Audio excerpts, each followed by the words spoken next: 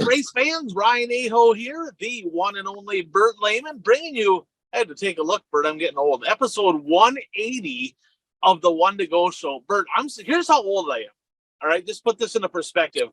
Last week, I was watching on Dirt Race Central, and again, I mean, if you don't have Dirt Race Central, you need to have it, right? Because, I mean, it's cheap, and you get all the Wissota racing, it's great. But I was watching a modified feature, and in the top 3 at one time at Rice Lake, and I don't think they finished there, but Caden Blazer, Kennedy Swan, Jack Revord were all in the top 3 in the Wissota modified feature at one time. I added their 3 ages together. It's less years than I am old. That's bullshit. I'm not real excited. I'm like, oh my, that put things into perspective quick, fast, and in a hurry. So episode 180 brought to you by our friends over at Zeuli's Race Engines. Bert, get this. A lot of racing this weekend. Really quick and off the top. Ty Schuler, pure stock win at KRA. Joe Arndt with a pair of pure stock wins, Fiesta City and Madison. So they're non-sanctioned, but they have a really good 3 tracks working together with the same rules. Pretty cool deal. Tucker Peterson with a pair of wins, Brown County and Greenbush in the street stocks. Midwest Mods, Aaron Blacklands, he won at Greenbush. Trey Hess, Jaden Chris, they both won street stock A-mains at Devil's Lake in Jamestown. Kyle Jeanette, he won the King of Dirt. Unbelievable race to get that one done. Night number 1, and that deal went to, we'll talk about that in just a little bit. We'll put it that way. So he won the King of Dirt. Jaden Varnson, Midwest Mods at Devil's Lake. Johnny Carter, Street Stock Tour race at Buffalo River, Cade Leifert and Bemidji and the Pierce. I say that to say this. You want to win races? You need a good stove underneath the hood. That's what they have at Zeuli's Race Engines. I mean, if you can't beat them, join them. But they're winning races now, right? They're winning a lot of races right now, but they're going to win championships because they're not only good horsepower, but great dependability, great customer service. Get a hold of Frank over at Zeuli's Race Engines. So this week, Bert, top 5 moments of the week. Little news from around the region. Had a couple of fan feedback things that came in. Might be a little controversy. Might hurt a feeling or two. It is what it is.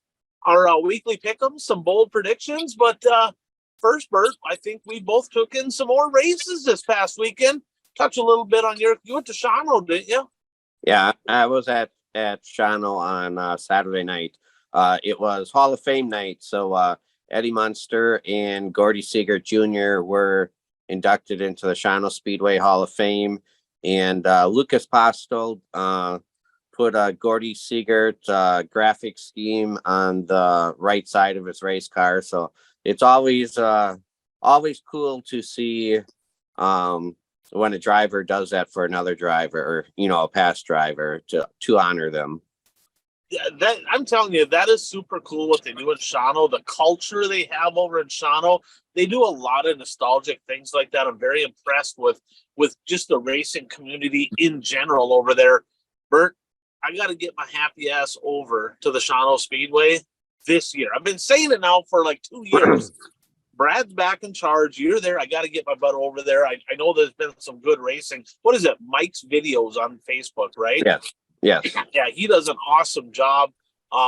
Thankful for him, right? I mean, it's not a streaming deal. Nothing against streaming deals, but he takes time out of his schedule, jumps on Facebook, posts all the races, so dummies like me can watch it wherever I am. So super thankful for that. So I actually went to Sycamore this week with the Dulciat crew again, and I'm helping both of them. I'm helping Dave. We talked about Mr. Bridesmaid himself. So Bert, I texted him. I said, is the BMR 83 ready to go? And he's like, yeah, we're ready. And in his mind, he's thinking, oh, Billy Moyer racing. He's comparing me to Billy Moyer.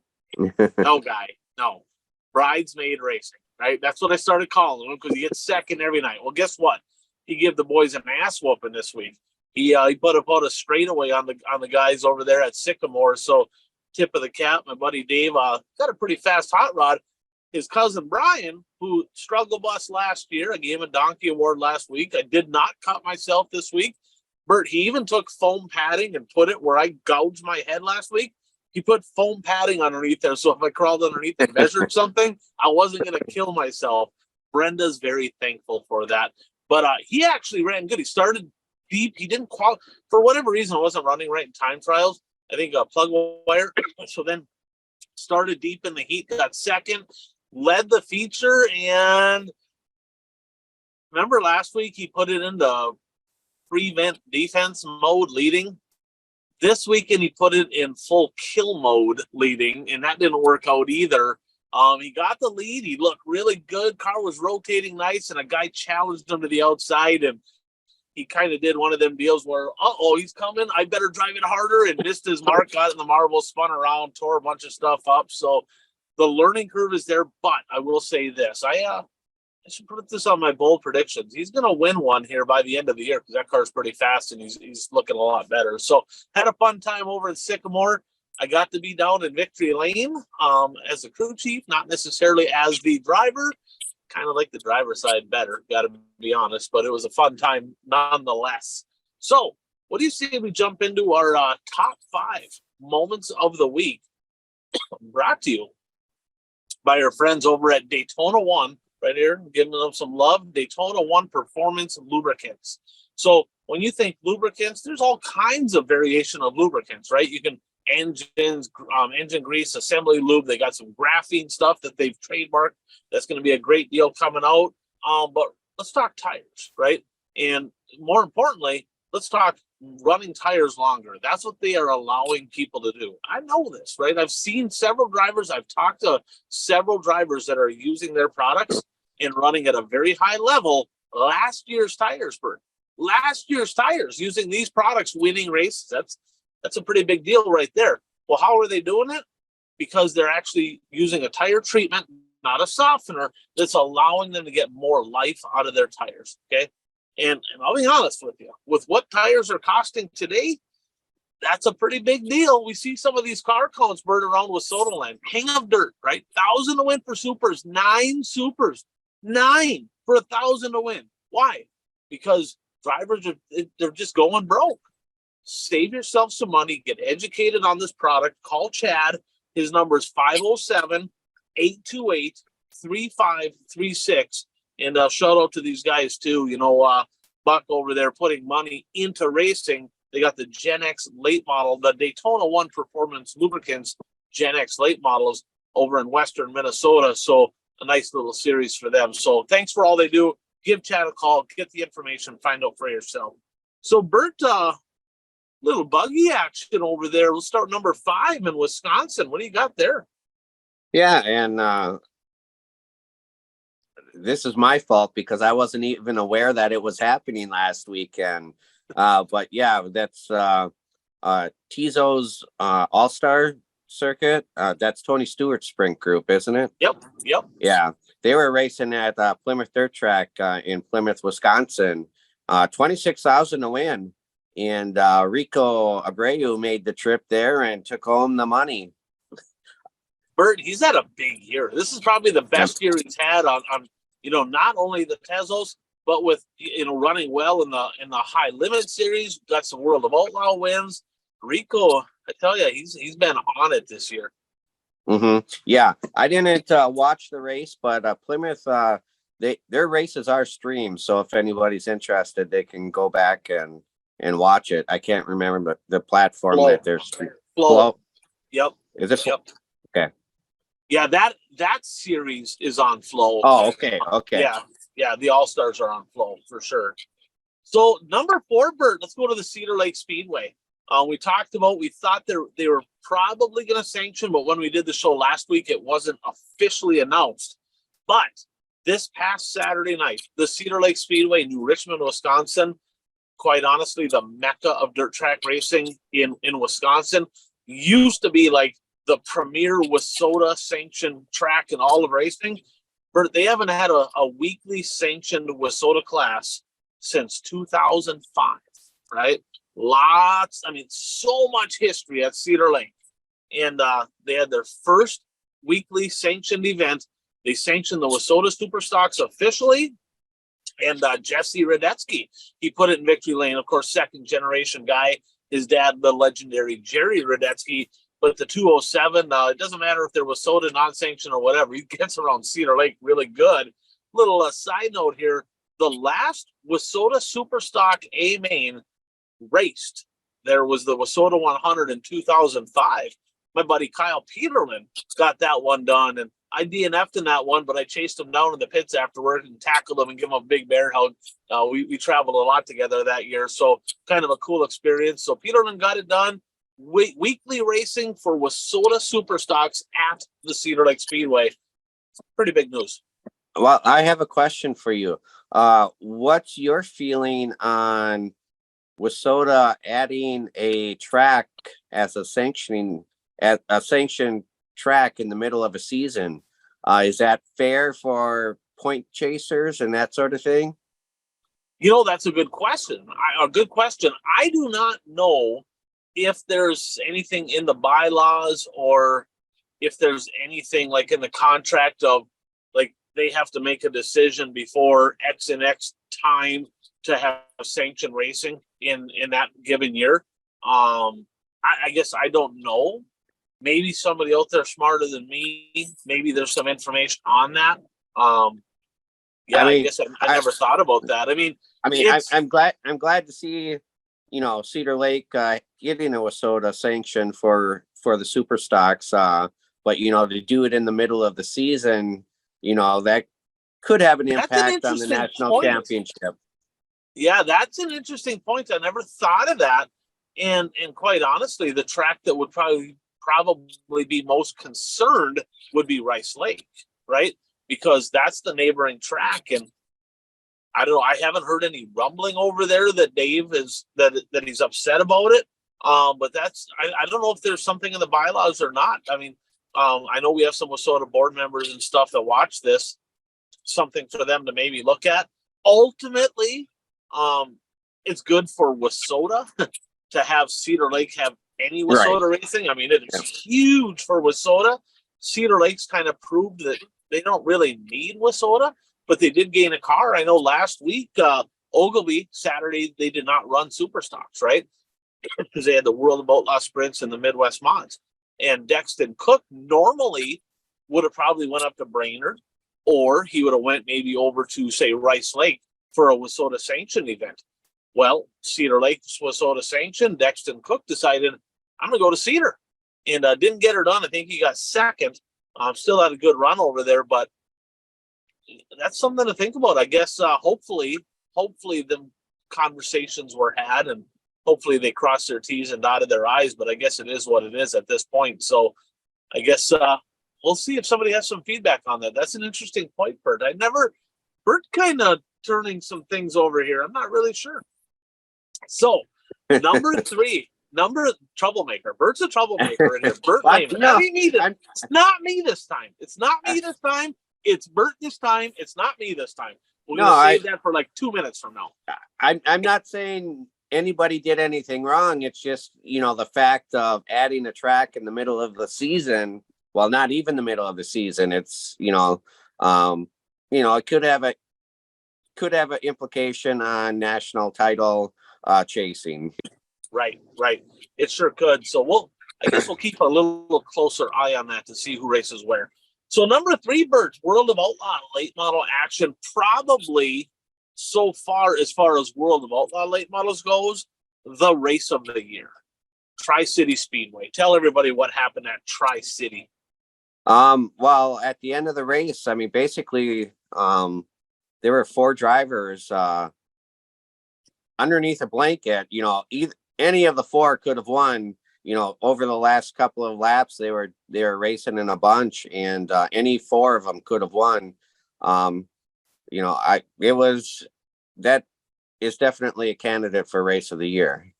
For sure. So Killer Kyle Bronson, we're going to talk about him a little bit more when we talk about the World of Outlaw stuff in a little bit here.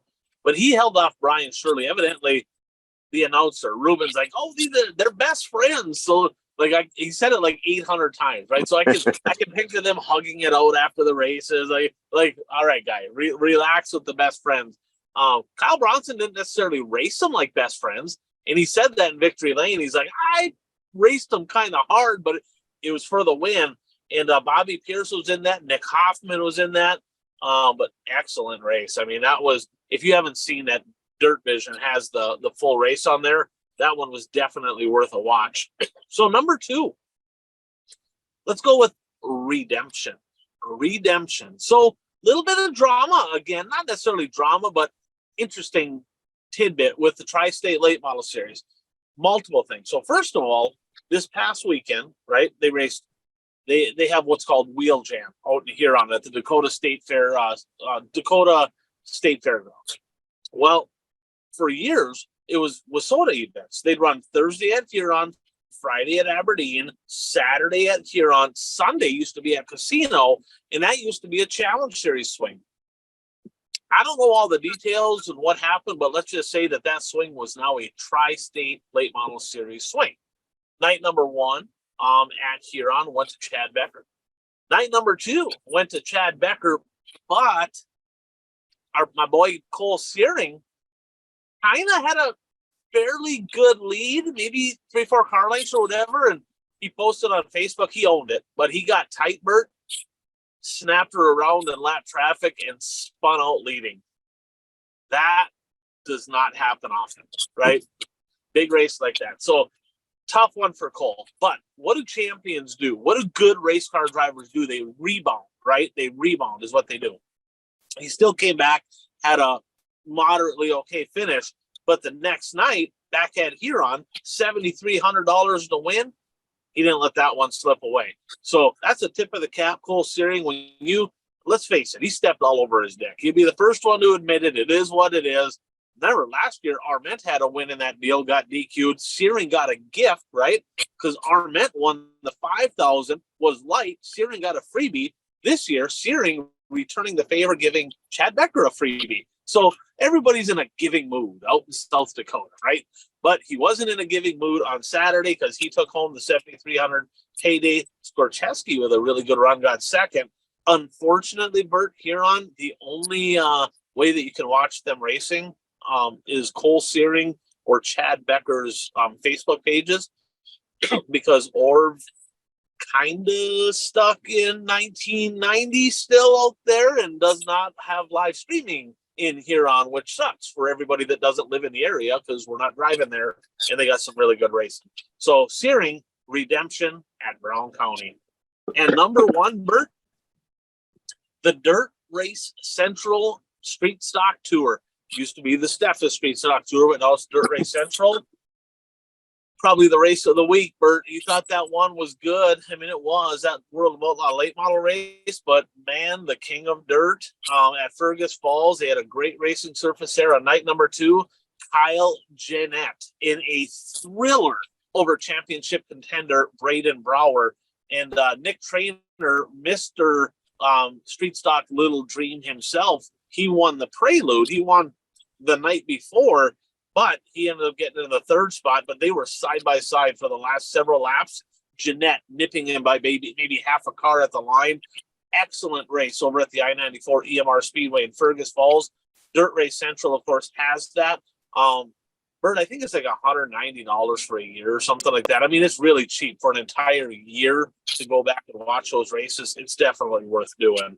So in other news, Bert, kind of around the region, before we get into other news around the region, a little shout out, Impact Health Sharing.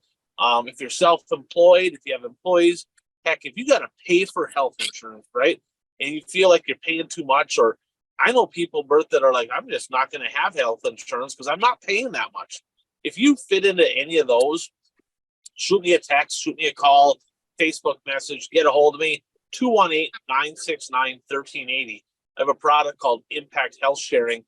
Been able to save people a ton of money on that. And saving money goes a long ways because you can use it for a lot more fun things. Racing, for example, you can use it for that. But hit me up. I'd love to get you a free quote and no obligations. Get you some info, and if it's a good fit for you, maybe we can help you out. So Eastern Wisconsin, Bert, you went over to Shawano. Yep. Any other tidbits, from Shawano, Eastern Wisconsin? What kind of stuck out to you this weekend? Excuse me.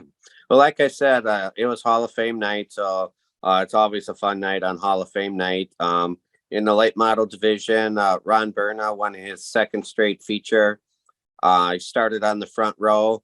So now he's got 2 feature wins in a row. So his point average is he'll be starting a little bit deeper in the field.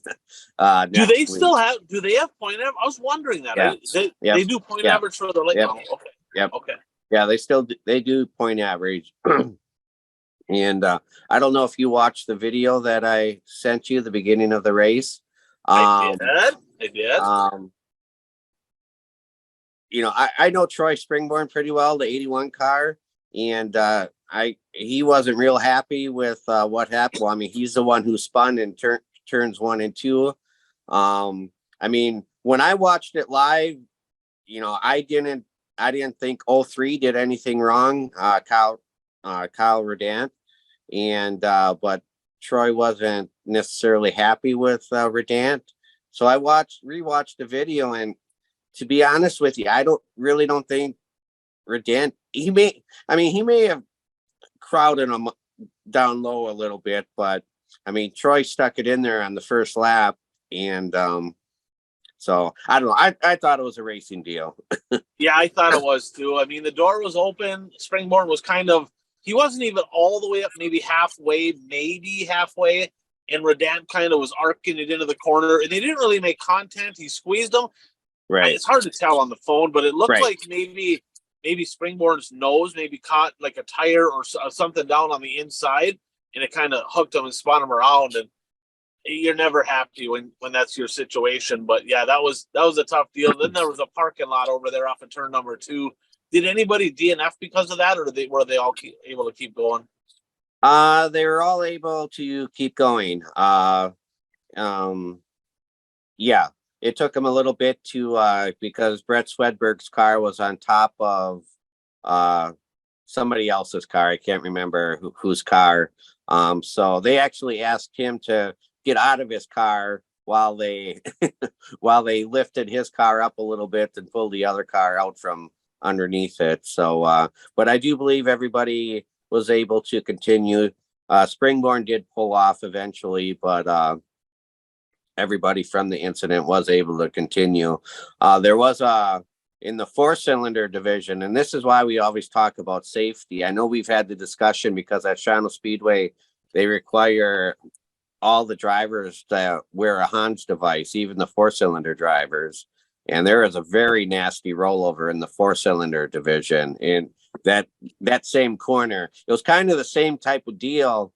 The car on the outside kind of squeezed the car on the low side even lower, and he definitely caught a tire, and then he barrel rolled several times. Luckily, he was okay, but they posted on Facebook that the car's junk, but cars can be replaced.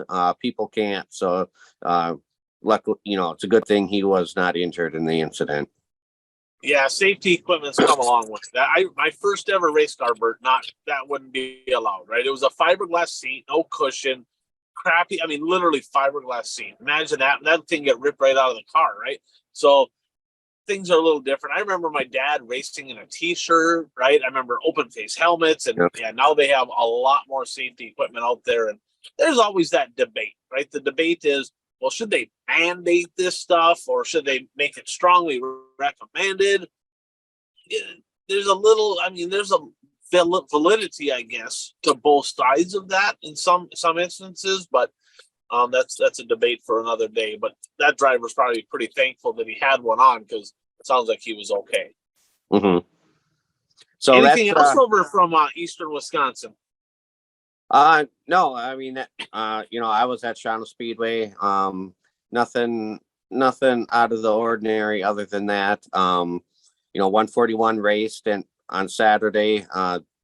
They'll have they race again Saturday night, and then they have their big week of racing next week with $10,000 to win Clash at the Creek. So nice. And the Dirt Kings rained out.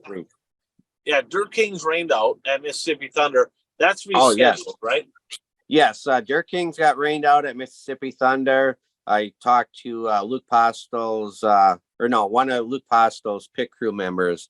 Apparently, it started raining just as late model drivers were strapped in to start doing their qualifying, and then it started raining. So that's a long drive for the Eastern Wisconsin drivers to drive to not be able to race at all.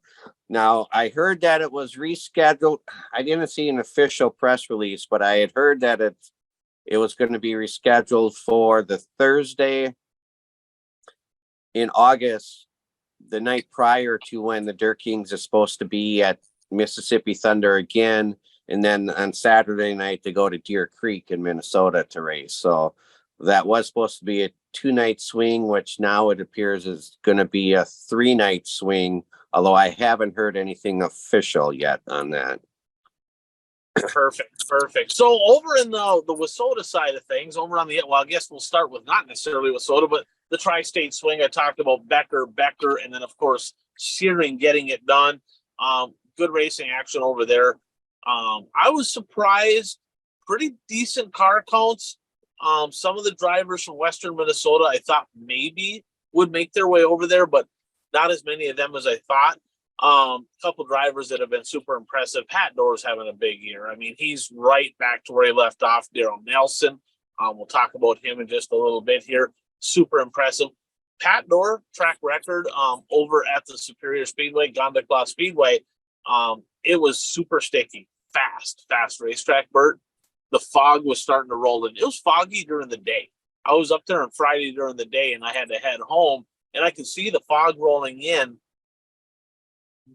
Maybe a donkey award, right, to Superior? I don't know. I mean, long intermission. What are you guys doing? Like, why?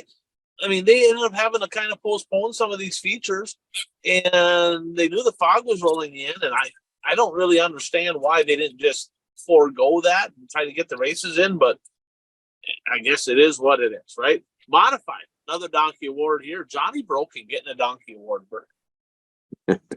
3 wins on the week, right? He wins at Rapids. He wins at Hibbing.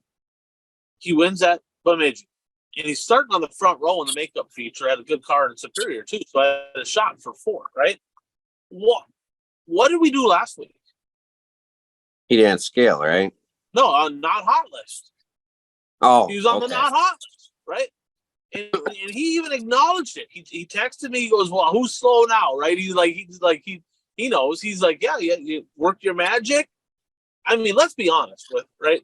The only reason he won those 3 features because you and me, right, putting him on the not hot list. I listen to the Victory Lane speeches. I mean, congratulations. I like to see the 45J winning. I didn't hear thank you. I didn't hear I'd like to thank the One to Go show for putting me on the. I didn't hear that. I'm just saying. So that's got to be a donkey award. I'm a little disappointed. Do better, Johnny. Just kidding. Relax. All right, Joe Thomas, Bert.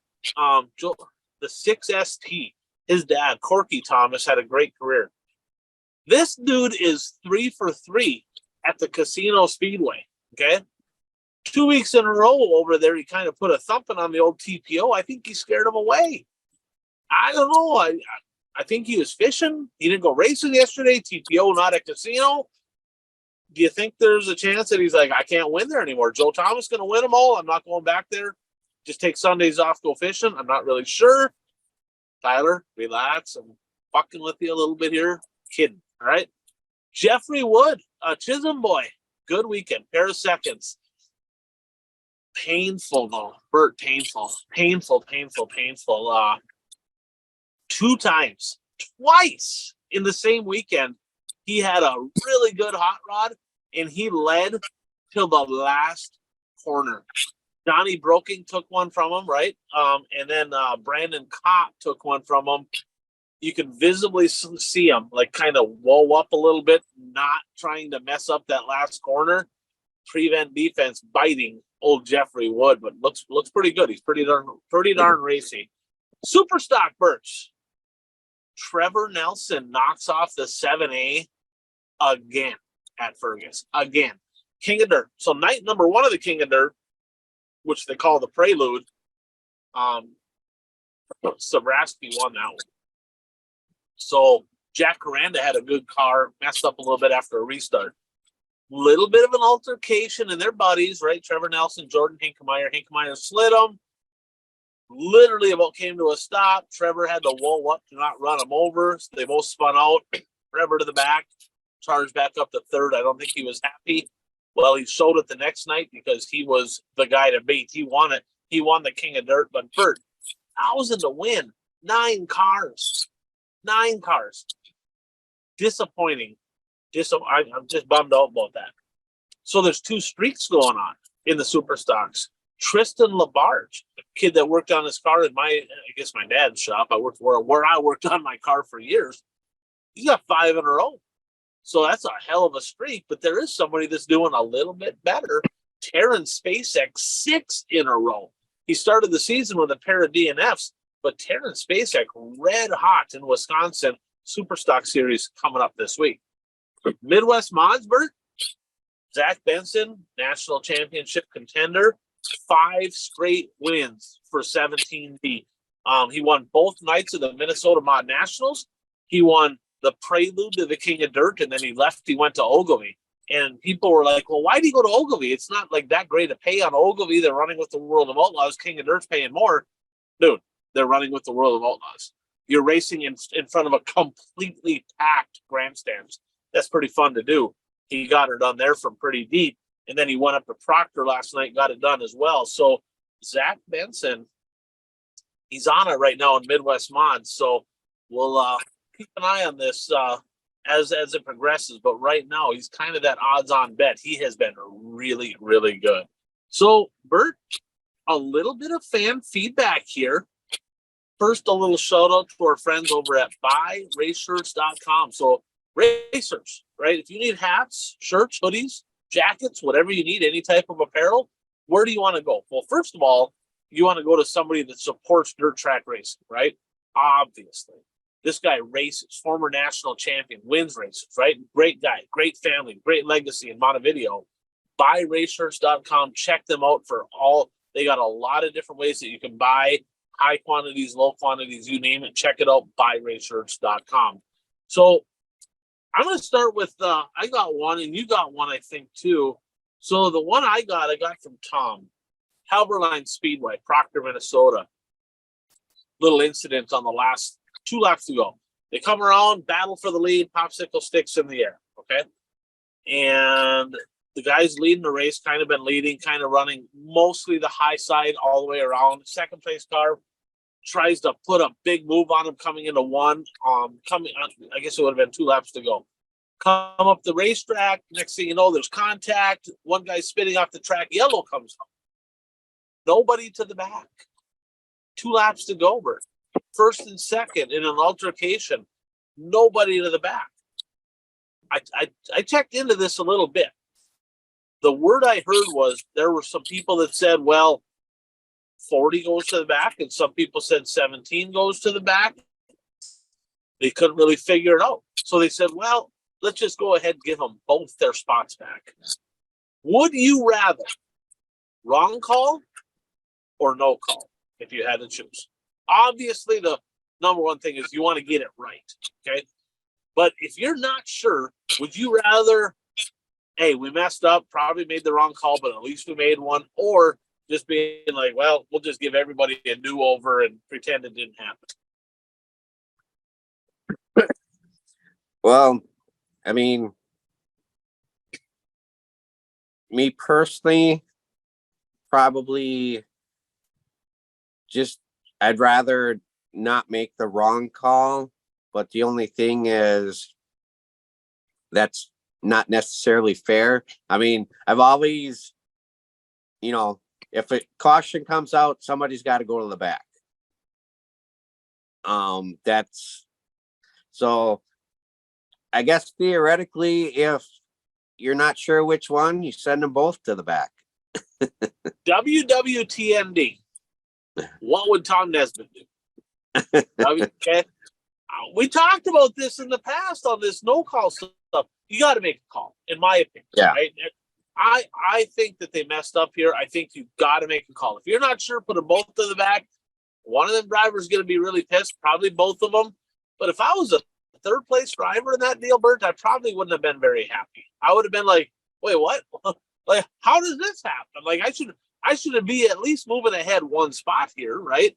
Well, I remember we talked about this, and so we got new listeners, so I'll kind of revisit this. So back in 02 or 03, I was in a late model down at Casson Speedway, just kind of by Rochester.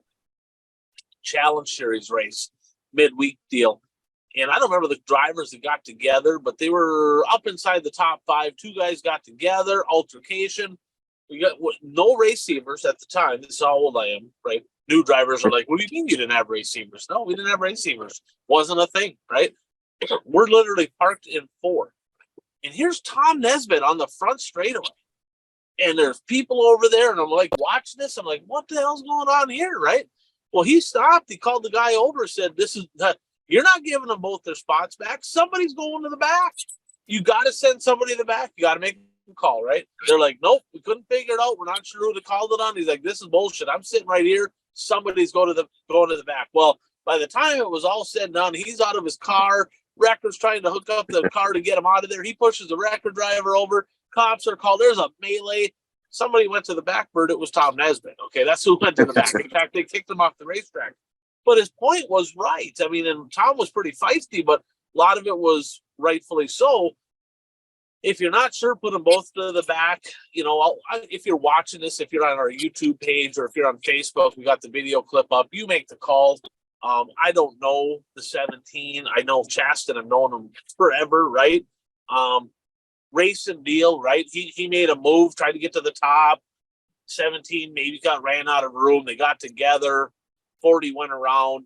You make the call on it. We'll let the fans put that in the comments below, right? In the comments, watch this clip. What do you think? Who should have went to the back? Did they make the right call? Did they do the right thing?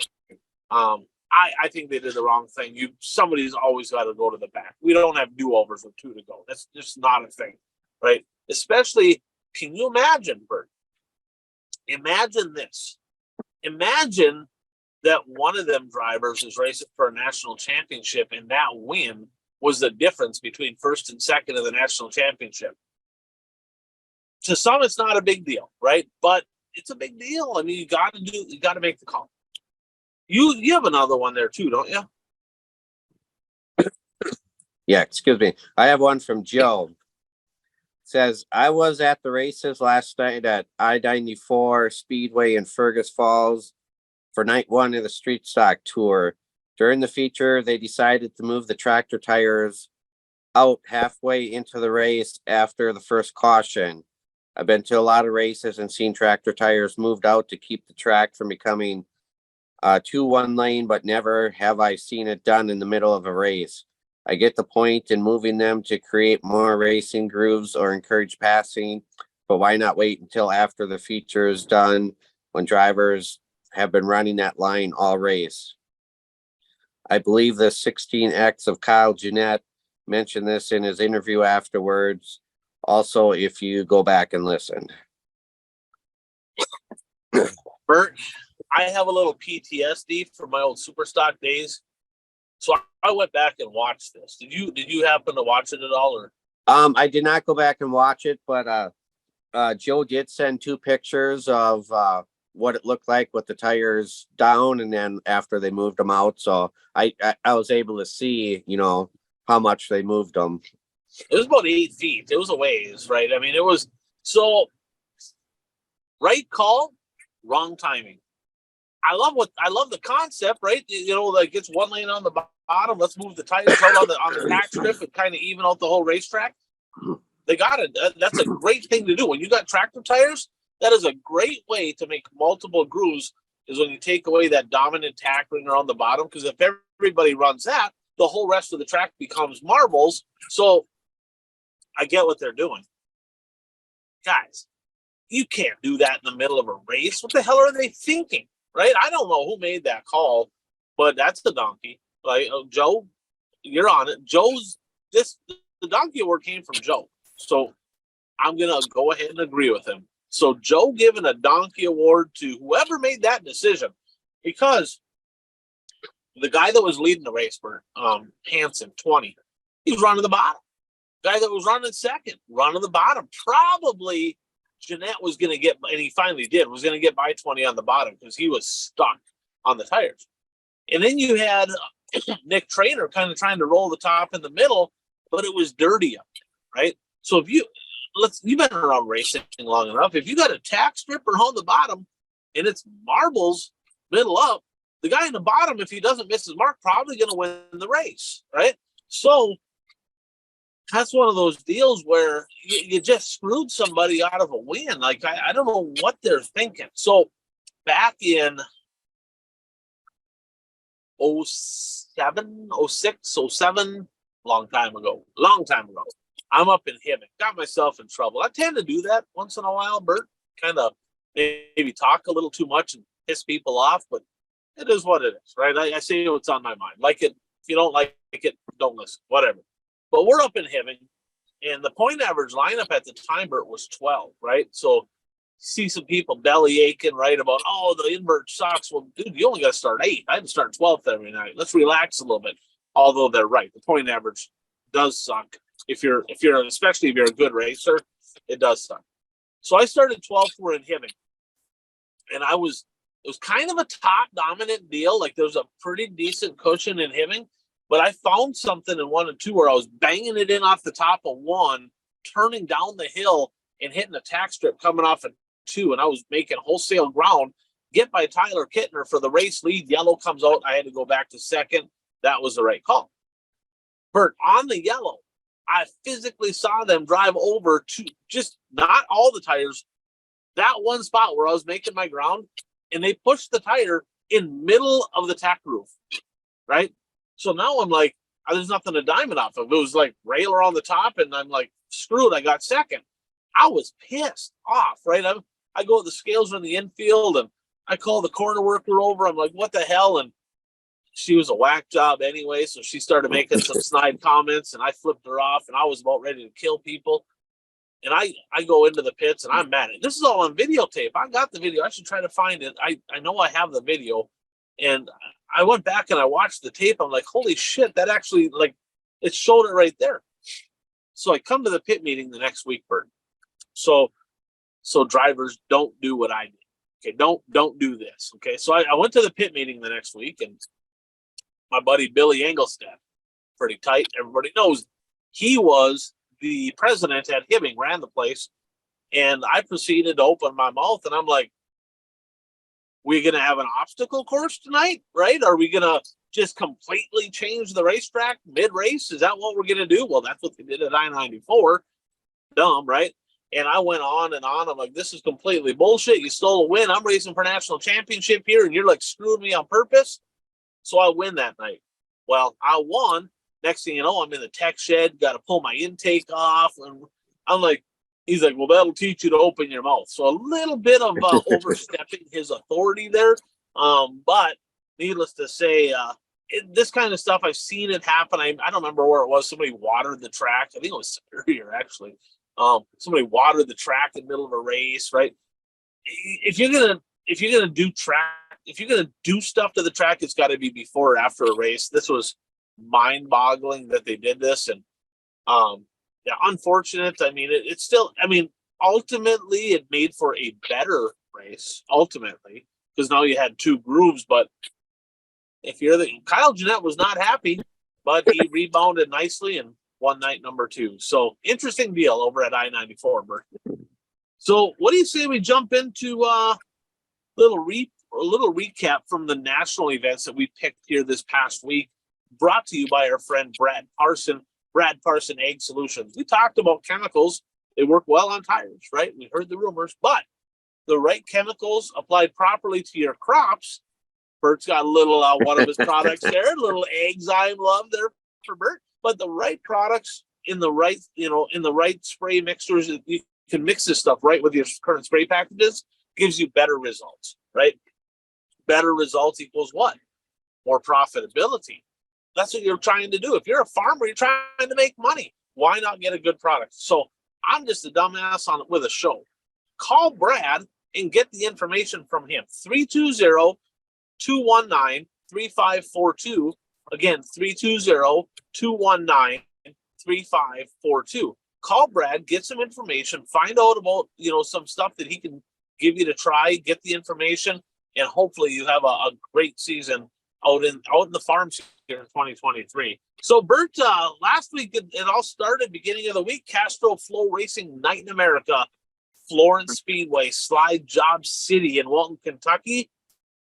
I thought old Bobby Pierce was going to get her done. I mean, but he slipped up a little bit. Here comes RTJ, who's been extremely strong. We talked about this on the show. We'll just kind of bring it up now. You said Josh Rice.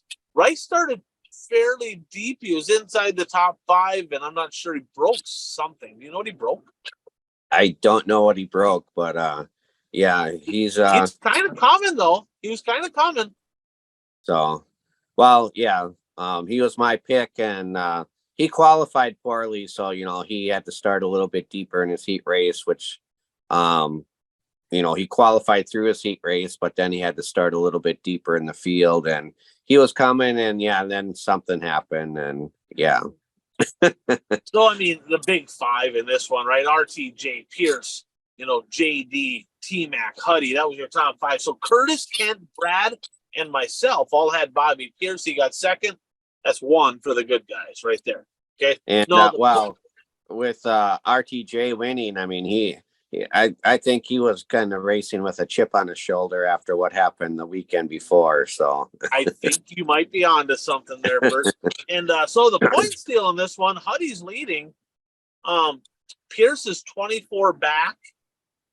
T-Mac 63 back, tied with JD. The next race, though, not till September 12th. Yep. At Falls. So they got a ways here. So 6 races left in the series. 81 points separates the top 6 in the and that's intentional that they're off until the fall. I mean, they talked about it during the race because with all the big specials during the summer, they don't want to interfere with those. So they just kind of take a pause on their season until the big specials are over. Yeah, and that's a good move by their part, and RTJ, if I remember correctly, he did not qualify in the second or third night. He didn't make the show. There was no provisionals. Yeah. So he's still kind of there despite missing an entire race. So there is that. High Limit Sprint Car Series, Tri-City Speedway in Granite City, Illinois. Young Money, Kyle Larson, kind of the class of the field. Him, Rico, Corey Eliason, Macri, they were your top 4. Curtis, Mike, Ryan, and Bert. We all had Kyle Larson, 2 points for us on that one. The 7 races left in that one. Kyle Larson with a 37-point lead. He's been the class of the field, right? I mean, it just is. So I would like to see some. I mean, I like Kyle Larson. It's great. We get to see him do what he does, but I would like to see somebody else win. Yeah. No, I agree. I agree with you. So World of Outlaw Sprint Cars, they came up to our neck of the woods, right? The River City Speedway in Grand Forks, which that is a sprint car track, right? Brad, I'm sorry. I know you want it to be a late model track. It's not. It's a sprint car track. It just is what it is. The late models, Lance Schill won that race over there. I'm telling you what, he's fun to watch. I think I would probably stuff him in the fence if I raced against him because he is like Bobby Pierce and not afraid to hit everything. But he's entertaining and he got it done. In the sprint cars, David Gravel got it done. Track took rubber. I don't know what to think about that, right? I mean, 8-10 laps to go. They're all kind of running the cushion. Weird, right? Because there's plenty of moisture in spots. There's a cushion. There's moisture low. But about a lane off the top, it took rubber. It's it was weird to me that it took rubber, but it is what it is. Gravel found it first. The other guy that had gravel, Jeff had gravel. 2 points for Jeff. Ogilvy Raceway, Bert. First ever trip for the World of Outlaw Sprint Cars to the Big O. I'm going to give a tip of the cap right here to the track prep crew over there. Track stayed good all night. Plenty of moistures. Super fast. Did not rubber up. Was not dusty.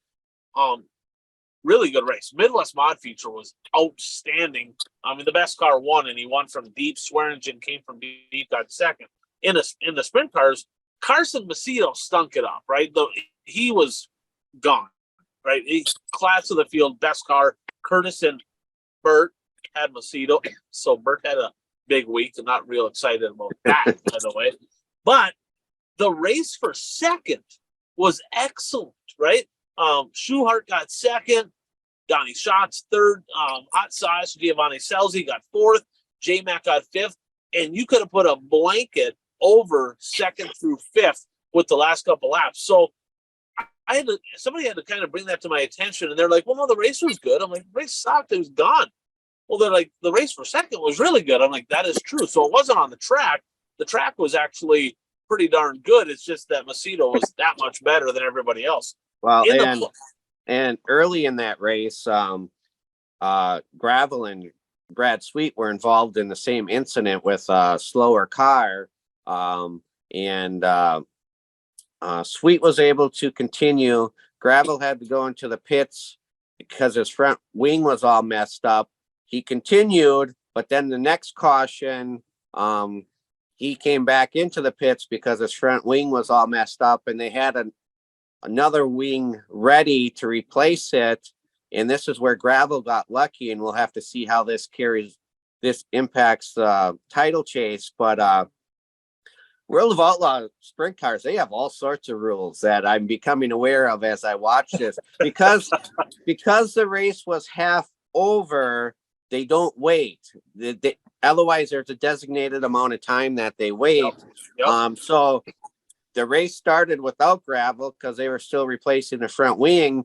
But luckily for him, a car came to a stop on the restart. So it went caution again, which gave Gravel more time, and he got the wing changed. And I think he finished 11th in the final rundown. That is huge, Bert, because Macedo's leading the points and Sweets is 10 points back. Gravel only 22 points back, and that number would have been significantly higher had he not been able to get back out on the racetrack. Carson Macedo, Bert, 7 straight top 4 finishes. He has been really, really good as of late. Really good.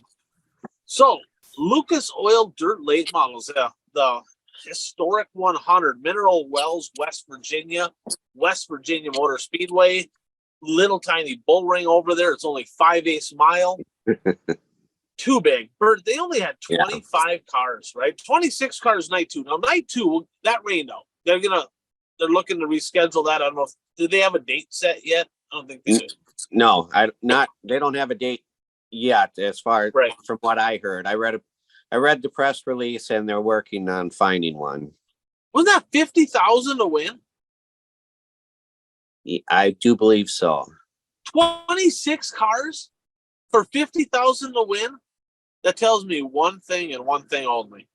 That track's too big, and the drivers just don't like it. I mean, it's a bummer because they really renovated it. They get a good crowd. I mean, and we know it's a big undertaking to make a racetrack smaller. I mean, that's a lot of work, but unfortunate. 50,000 to win 26 cars, and 8-10 of them were kind of field fillers at that. So, I mean, kind of interesting. So, night number 1, they did get that in. RTJ, again, chip on the shoulder. Chip on the shoulder. Bert, you had T-Mac. He got second in that one. 1 point again for old Bert here. So Dalton Wilson, the big perm, he's starting up front in the 50,000 to win race if they reschedule that too, isn't he? I don't know what the lineup was. Yeah, I'm pretty sure. Jimmy Owens with a top 5 finish. He kind of needed one of them. So the points right now, I don't know. It's kind of interesting. So Ricky Thornton Jr., 165 points ahead of Huddy. That's a lot. That seems like a lot. I don't know. I'm going to have to look a little closer at what their point structure is, because it's weird how, I mean, it's a lot. Second place is him. Third is Overton, 215 back. Fourth is T-Mac, 370 back. Now, top 4 is all that matters. You got to be in the top 4 coming into the Dirt Track World Championship. That's where you need to be. Moran 460 back. Jonathan Davenport 525 backward. We're gonna have to look closer at how the points work. I'm gonna have to maybe get a little printout of that to see how easy it is to make up ground. But I'm here to tell you, when you're that far back, right? You're 150 points out of that 4th spot. if things don't tighten up a little bit, do you see maybe a couple of these drivers saying, to hell with it, we're just going to kind of pick and choose? What do you think? Well, once they're out of the championship hunt, because they have that cutoff where, they're doing like a chase format. So yeah, if you're eliminated from the, and I'm not talking like officially eliminated, but if they're looking at it and going, shit, I ain't going to get in the top 4. I really ain't got a prayer. I'm way too far back. I mean, even if they're not mathematically eliminated, they're kind of eliminated, some of these drivers. It'll be interesting to see if some of them drop off. I guess it depends what their point fund is. If they have a point fund at the end of the season, and if they want to, if they rely on provisionals to make races. Yeah, that's true. I know it pays pretty deep. I don't know how well it pays way back. World of Outlaw late models. They had a trio of races this past weekend. Farmer City, they ran Thursday night. The smooth operator, Bobby Pierce, getting it done. Him, Nick Hoffman, Bronson, 10th to 3rd. I'm going to talk more about Bronson in just a second here. Curtis, Mike, Kent, Brad, Dan, Carl, Bert. You guys all had Pierce? But I guess I was kind of one of the only dumbasses that didn't have Pierce. I'm not sure what I was thinking there. I don't even know who I think I picked Sheppy. Oh, Sheppy was in his own backyard and did not perform well at all. 0 top 5s, Bert, and on his home turf, right? Yeah. I don't know. I mean, I thought maybe he was coming around a little bit, but I don't know. I mean, he must be coddling too much. I'm not really sure. We talked about Tri-City. That was the race of the year. Unbelievable race, right? So get this. They had 27 cars, 33 and 28. And it was what? I think it was 10, 12, 15 to win. 10,000 night one, 12,000, 15,000. So it ain't money, right? They had more cars for less than half of the money. So it's not just money, right? Night number 3, the Squirrel, Brian Shirley. Now, well, actually, I think the actual winner of night number 3 was Hoosier Tires, but not because of the reason one would think, right? Because I don't think it really rubbered. They were banging. The wall must have some irregularities in it or something, because several drivers slapped the fence, cut the right rear, right? Including race leader Bobby Pierce. He shredded the right rear up against the wall and literally gave the lead away, gave it to Shirley. Now, Bronson got second in that, Bert. Looking at this right here, Kyle Bronson, Bert, 3 podiums on the week. That's solid. He's only 40 points back in the points, only 40. Now, another person who kind of really had a pretty much awful week, point leader Chris Madden. Okay. The only reason he was on the podium on night 3 is everybody shredding the right rear tires, right? He wasn't really in the conversation. And he's leading the points still, but Bronson is coming.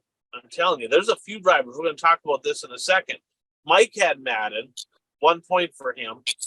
At Tri-City, everyone not named Jeff had Pierce. So the points, Bert, right now, Madden's leading, but Bronson and Nick Hoffman are tied at second. Actually, Bronson, Hoffman, and Pierce are all 3 tied for second, 40 points back. Well, and I was gonna, after watching those 3 races, I was gonna make the comment that Nick Hoffman is really impressive driving a late model. I mean, for this, I mean, I know he raced for Bloomquist for a little bit, but for really his first full season in the late model, I'm very impressed with how he's doing. 100%. And looking at this, so Bronson had 3 podiums. Hoffman, who you mentioned, had 3 top 4s on the team. So he was there also. Okay. Now, I was looking at the points from last year. So if you took the top 5 from points, the top 5 in points right now, Bert, how many of them? There was only 8 drivers last year in World of Outlaw that ran the full amount of shows. Okay. Out of the top 5 in points, how many of those drivers were one of those 8? I'm going to say 0. 0.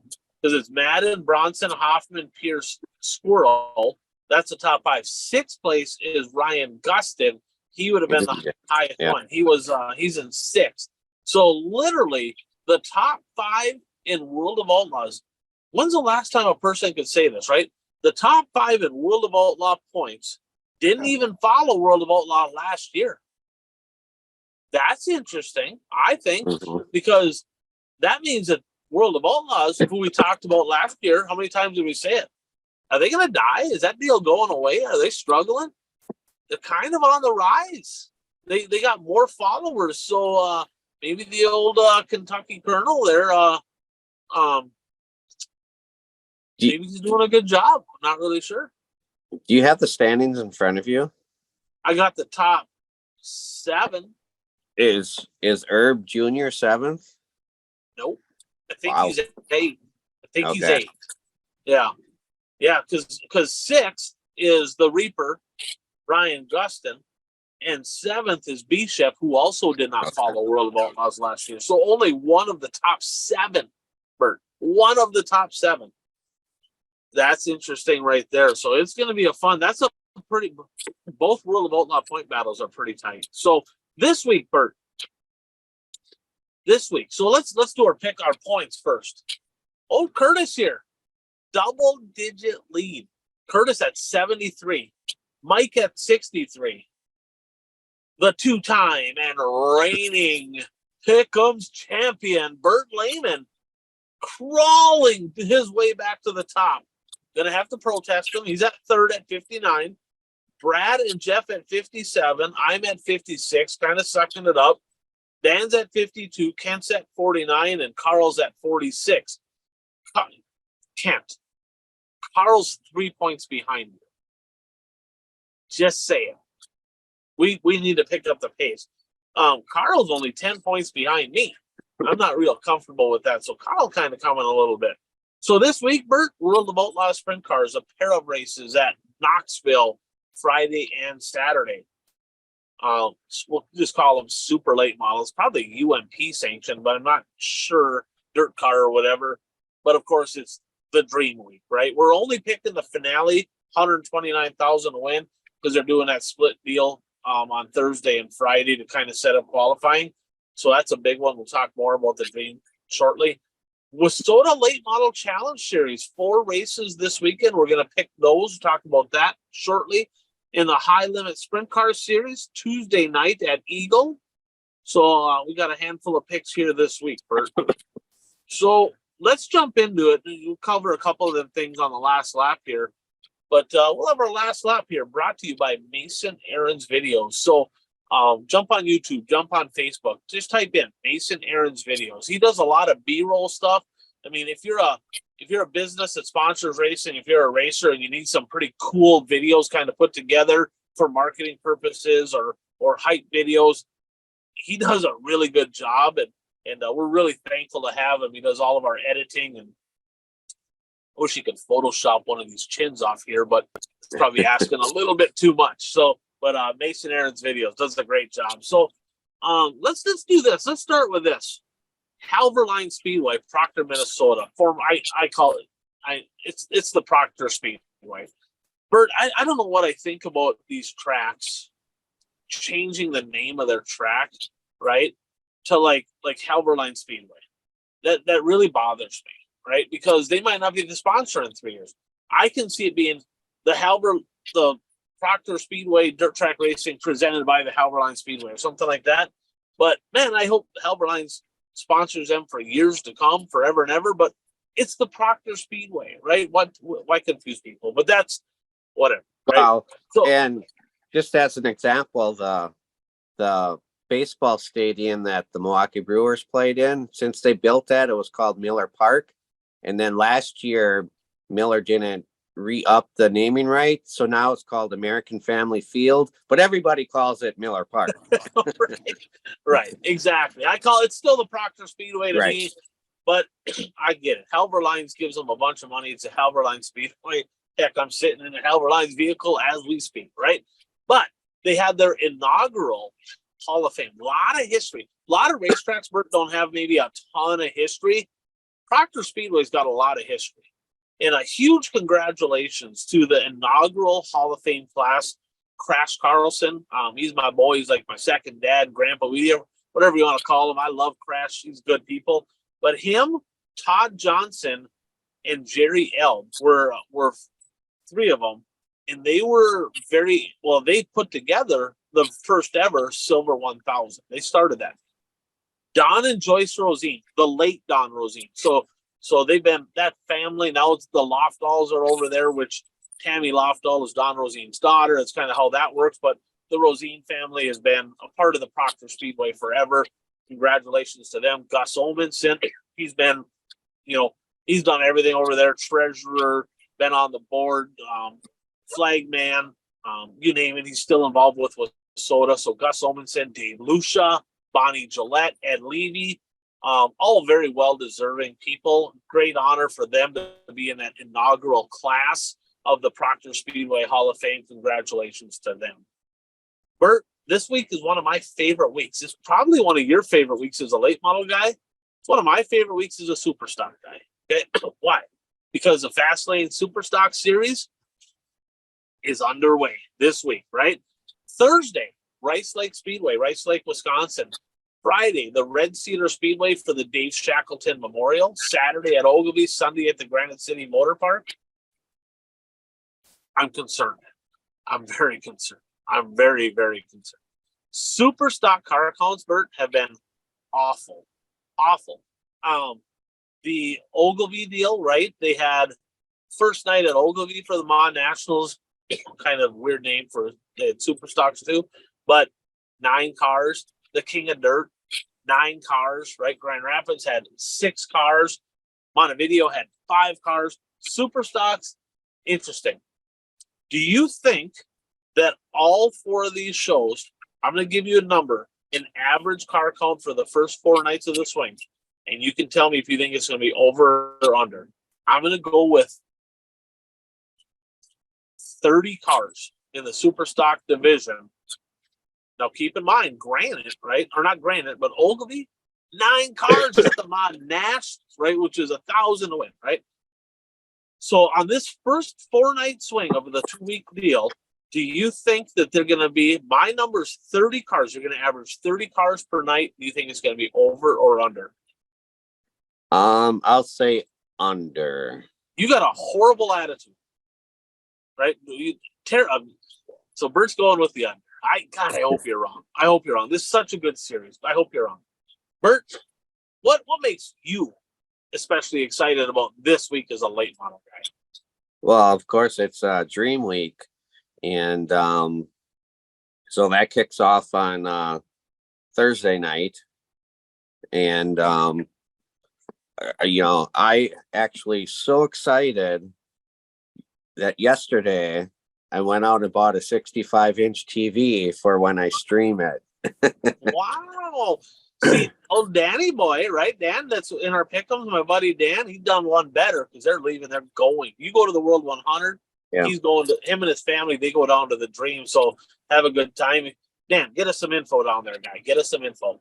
But, yeah, she's going to be good. We kind of did our predictions, right? Who did you pick to win the Dream? I picked Superman to break Overton's, because Overton's got what, 4 in a row? Yeah, the Madden curse, man. The Madden curse. He went Hollywood, right? Documentary. He's been kind of human ever since. I'm going with one. RTJ is my pick to win, and it's everybody's going to be there. How many cars do you think they're going to get at the Dream, Bert? 129,000. Do you think they'll get 70? Yeah, I'll say 70. I'll say more than 70. Okay. 71.8. All right, fair enough. So, speaking of late model racing, 4-night swing for the structural buildings Minnesota Late Model Challenge Series. Kind of bringing this tour back. This was a big part of the series years ago, bringing it back. Thursday, the KRA Speedway in Wilmer, Minnesota. Friday, the Fiesta City Speedway in Montevideo, Minnesota. Saturday, the Madison Speedway, super fast racetrack for a bull ring. And Sunday, the Casino Speedway in Watertown, South Dakota. All of that can be found on Dirt Race Central. I believe Wilmer's on there. I'm pretty sure they are. I think they stream all the Challenge Series stuff, so I'm pretty sure they're on there. Wilmer doesn't do a lot of streaming, but I think this one is.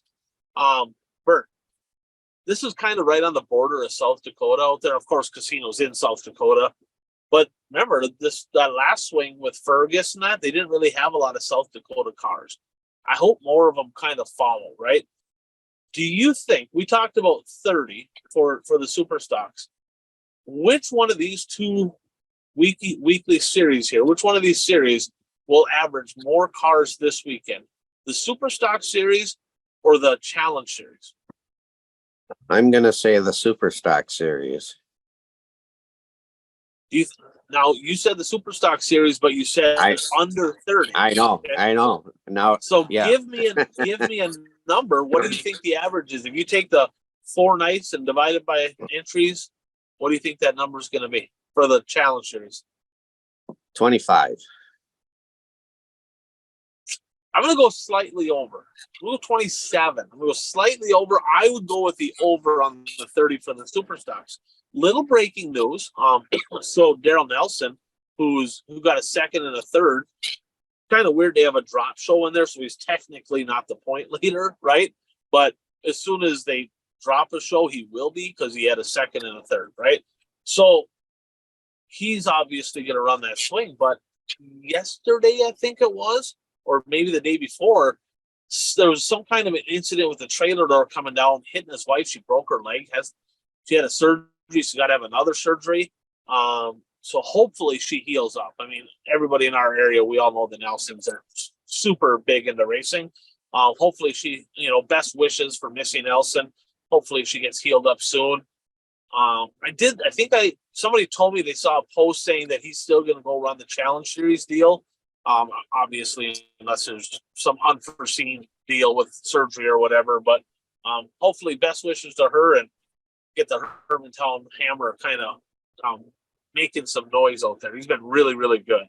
So, Bert, let's jump into our predictions here.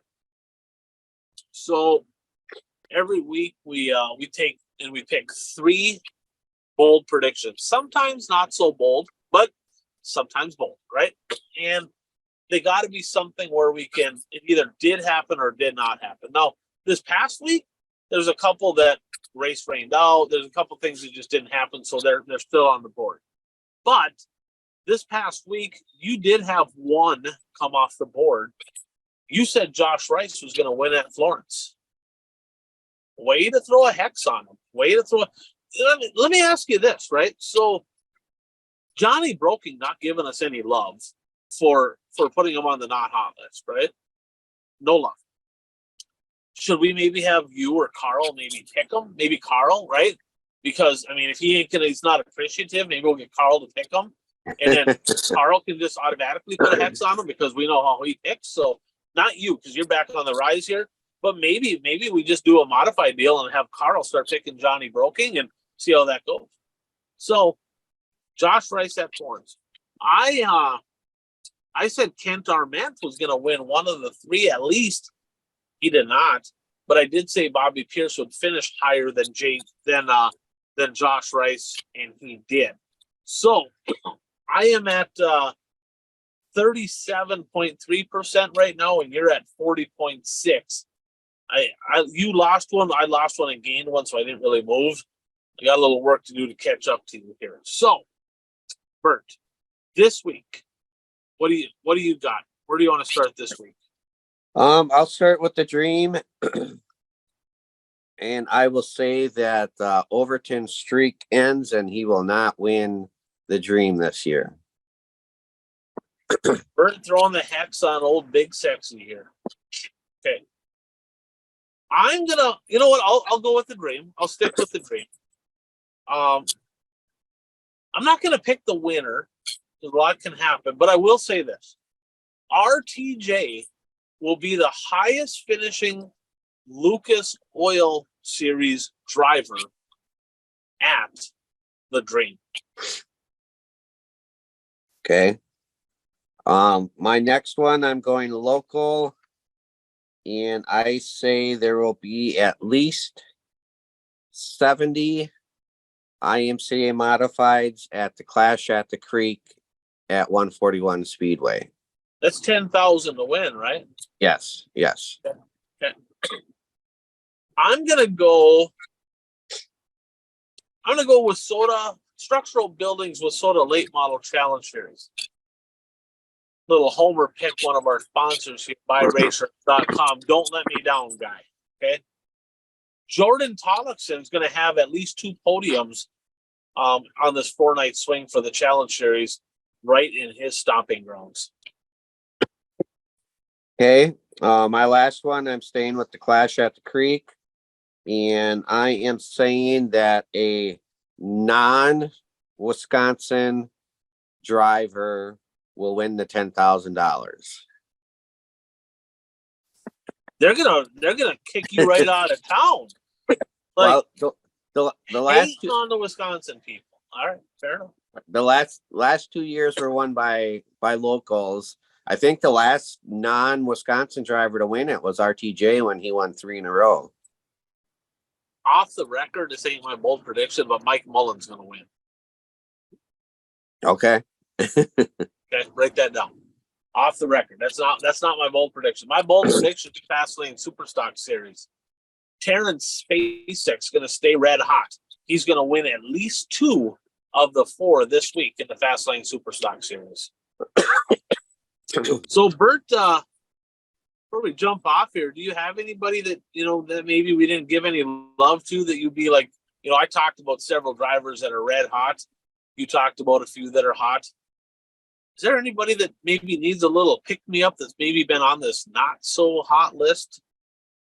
Well, we talked about Bishop already. And kind of what's happened to Hudson O'Neal? He was just on a tear, and now, he's, running mid-pack. It's just weird. I mean, because we thought that for a while there, he was going like he was never going to get beat. I mean, he was going to be the man the rest of the year, and then now he's just kind of, I mean, he's still in contention, but, he's not red hot like he was before. Right. I'm going to go with Jody Belfi. New car, sharp, right? I kind of thought maybe he was going to sneakily be in that national championship. Actually, you know what? I'll go with a few modifieds here. I'll go with him. Johnny's going to hate me because he don't want me to give this guy any mojo. But I'm going to go with him and Tyler Peterson both. Neither one of these two really looking, I mean, not that they won't find it, but they just ain't been very good. Not sure what the deal is there. So Jody Belfi and, of course, Tyler Peterson in the modifieds. Kind of, I figured they'd have a lot more wins than they do, and they just kind of they've been there, not real good, but just kind of there. So kind of interesting. So, Bert, that's episode 180 in the book. And, last week I didn't do a power ranking show. I had to rethink things there, Bert. If I wanted to do like the full recap, I was going to have like 25, 30 hours into that. And driving this big rig around, I probably should sleep a little bit in there. So the power rankings, I do have them set though. The power rankings will be out, not necessarily going to have a full recap. Might give some people some love, maybe if they're first time winners or a streak or something like that. The power rankings will be back. Check them out. Also, episode 80, we're at 180/80 of the Blast of the Past, right? So a couple things there for you to look forward to this week on our YouTube channel. Pause right there, right below you here. If you're watching on YouTube, hit subscribe, helps us out. If you're watching on Facebook, jump over to YouTube. That helps us out, right? Do that. But, check that out. I know Puka posted on the page that we have some apparel as well. So if you want hats or shirts, I think we have some hoodies, some stuff like that. Hit us up in the comments. Puka can get that stuff out to you. He's still alive. He's still around. He's going to be back one of these days here. Maybe we can talk old Puka Bird into coming in, just talking a little bit about the Dream. I guarantee he'll be watching that this week. So any closing thoughts before we jump off?